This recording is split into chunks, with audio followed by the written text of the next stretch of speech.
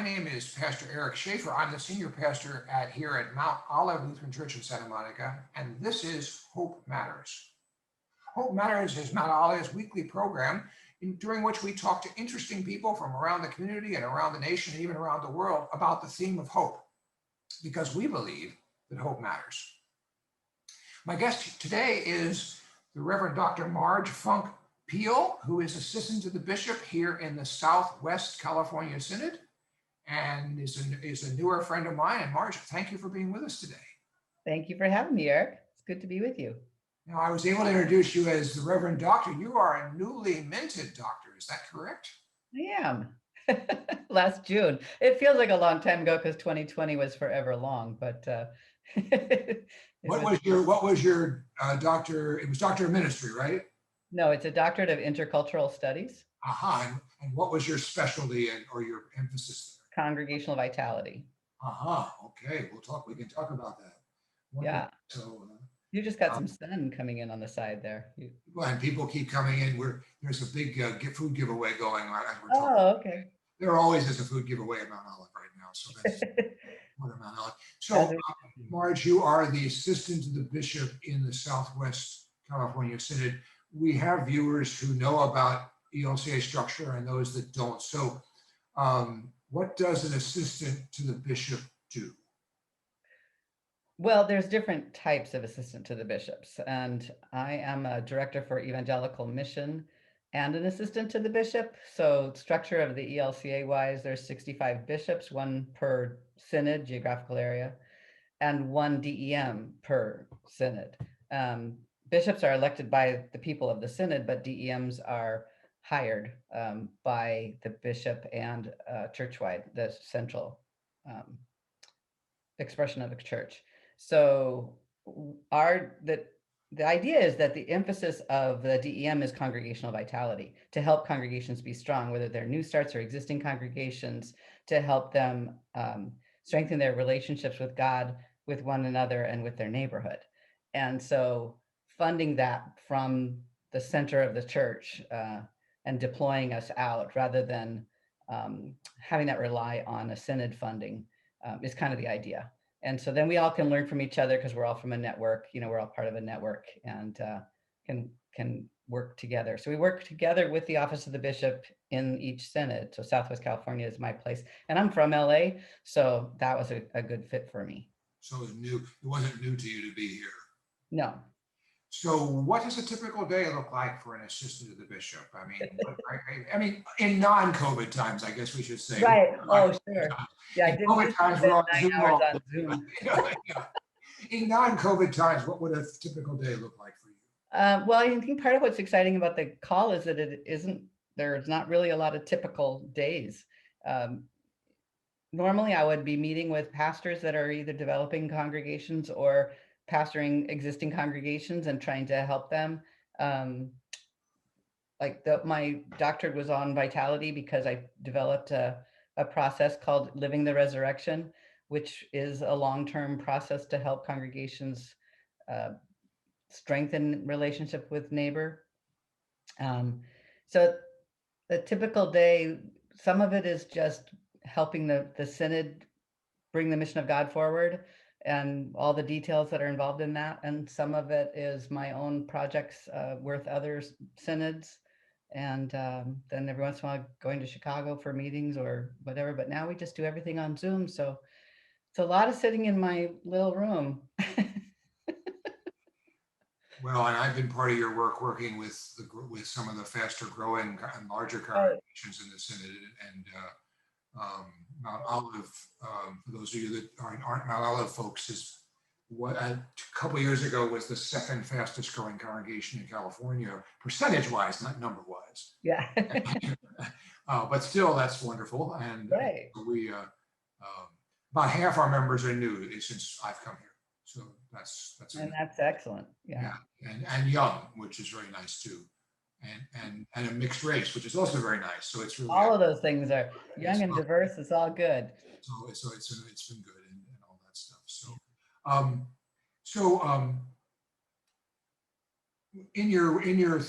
your thesis was based on developing this process Was that basically the thesis then, developing this? Yeah, it was I did it through Fuller Seminary in Pasadena, and the Doctorate of Intercultural Studies has what they call a contextually applied research dissertation. So you develop the idea in the first year, and then you do the research on it in terms of how you want to do it, and then apply it. And I did about 20 congregations went through the process. We did 2 cycles. So one group went through, and kind of halfway through they were doing it, I started another group and basically learned as I went. That first group of congregations, I kept telling them they were total guinea pigs, and they were it was so nice of them to sign up for something they had no idea what was, but it was really good. And I just worked with a congregation that had been through that. So now that's like almost 5 years ago. And I got a call from one of the leaders because they had a pastoral change, and they wanted to make sure that the process is called Living the Resurrection. So they established Living the Resurrection groups. They had 4 small groups, and they wanted the new pastor to understand what they were and like to get everything aligned as they're sort of preparing to come out of COVID and be more intentional about their neighbors now that they're not in a pastoral transition. But it did my little heart good to think like 4.5, almost 5 years later, they're still working these principles, and they still understand how to do appreciative inquiry, and because it's a change strategy, it's based on a change strategy. Good for you. There are these programs in the church every so often that get good legs and stay around for a long time. Yeah. I mean, and one of the things with this was we didn't want it's not a program. And that was one of the things that was hard for people is it's a change strategy. So it's a process. And so getting people to not think in terms of problem solving programs, like it's not a program to solve a certain problem. It's an adaptive way of thinking, of changing your perspective from always thinking about how are we going to fix the problems of the church to thinking about what is God doing? When you talk about hope, where is God? What is God up to? And how do I join in that? Because God, just because we closed our doors and started taking care of one another doesn't mean God did. Like don't limit God that way. So no, the doors have always been open, and God's always been out there. So, and inside, both places. And so how do we expand on our love for one another to include a neighbor, to include opening the doors and moving out? And that's an ongoing process. That's not something you're ever going to say, here, you got your certificate, you're done, right? You finished, sure. It's you not a completed program. the program. It's an attitude too, isn't it? Absolutely. And that was one of the things that this woman said, the leader said the other day was, we want to get people to think about this as a way of being. This is how we are the church. Marge, that kind of leads us into another discussion, which really does match our theme of hope, which you've already gotten into a little bit. But there's a lot of doom and gloom in the church across the country, and I don't know, especially here in California, perhaps, I don't know. And so how do you respond to that the church, the ELCA is dying in Southwest California? I mean, well, I mean, I think you get a hint when I tell you the name of the process is Living the Resurrection. Yeah, you got to die, but you're not dead for very long. I get angry or frustrated, looks like anger probably, when I hear decline named as a problem. It's not the problem, it's the consequence. Yeah. There are many problems. And if you keep saying the decline of the church is the problem, then you never really unpack what happened and what's going on in the world. And now how do we catch up? Don't get so focused. I mean, there's grief and there's lament, and we need to do some of that too. So, but just naming it the problem and believing that we don't know it. That's what I get. One of the things I learned is what motivates change is positive force, positive movement. Fear, facts, and force don't motivate positive change. They do motivate emotional response. And so they can serve as what they would call a push motivator, to push you away from the current situation, to say, then you get that kind of well, we got to do something, mode. And they can do that for you, so that decline graph or the life cycle, it shows you, sliding the slide of doom or whatever people want to call those things, can at least motivate somebody to do something. But that kind of motivation doesn't last. So unless you have some vision that you're going for, like you see God and what God is up to, and you're going to figure out how to participate in it, it's not going to last. So for me, the motivation is my personal motivation is the revelation view of all tribes, all nations, all people coming together, and the leaves of the trees being for the healing of the nations.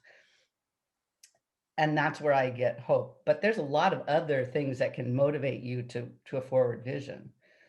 And one of the tricks is figuring out what it is for each person in each congregation and where the common um, threads are, thread to push forward with. I remember an early conversation with our former bishop, Guy Irwin, and he said, I was elected and thought I was going to preside over a declining church. He said, not to belittle the decline, but we've started like 10 new congregations since I've been bishop. And he said, that's not decline. Yeah. Well, and he was really good about putting that in historical context. I think Very good. did a Very bit of that too. Which some people still found very depressing, but it was at least to say we're only declining if you only think that you think the church's history started in 1950. Yes. If you think the church's history started at the cross or in, at creation, then it's a cycle, and it has always been a cycle. So Well, Ken Inskeep, the former research director at the ELCA, used to talk about that a lot. He said the 1950s were a bubble. Yeah. And compare us to the 1930s, compare us to the 1940s, the 20s. good old days, when pastors were the congregation I first served, they had been paying their pastor in eggs. And at that point, and it wasn't a rural congregation. So, oh, wow. so, I think you have to, and because you're a bit of a historian yourself, the 1950s were a mile wide and a half-inch deep, right? Absolutely. Well, it was the job of a good citizen to be part of, Exactly. right? Which didn't necessarily translate into any kind of faith. And it made us, I also think it impacted the church negatively in the sense that we became clubs. Yep.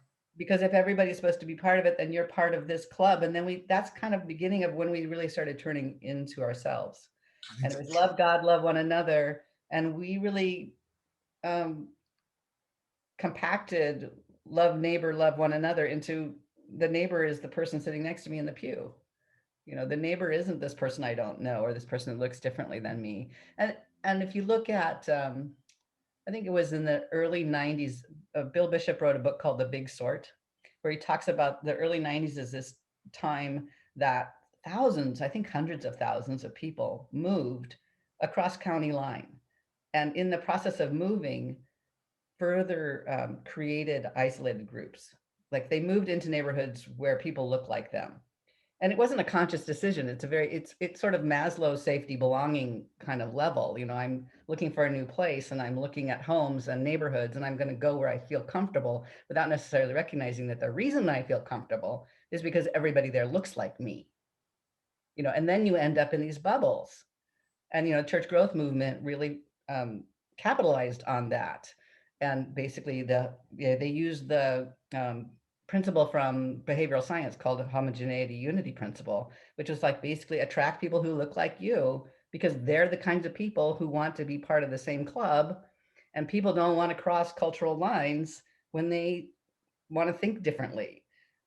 But, like Brene Brown does a lot of studies now that say, you take this group of homogeneous people and it just turns in on itself. And pretty soon us and them is internal and people just keep getting kicked out. And so the us becomes a whole lot smaller and a lot more people in them and a lot less people in us.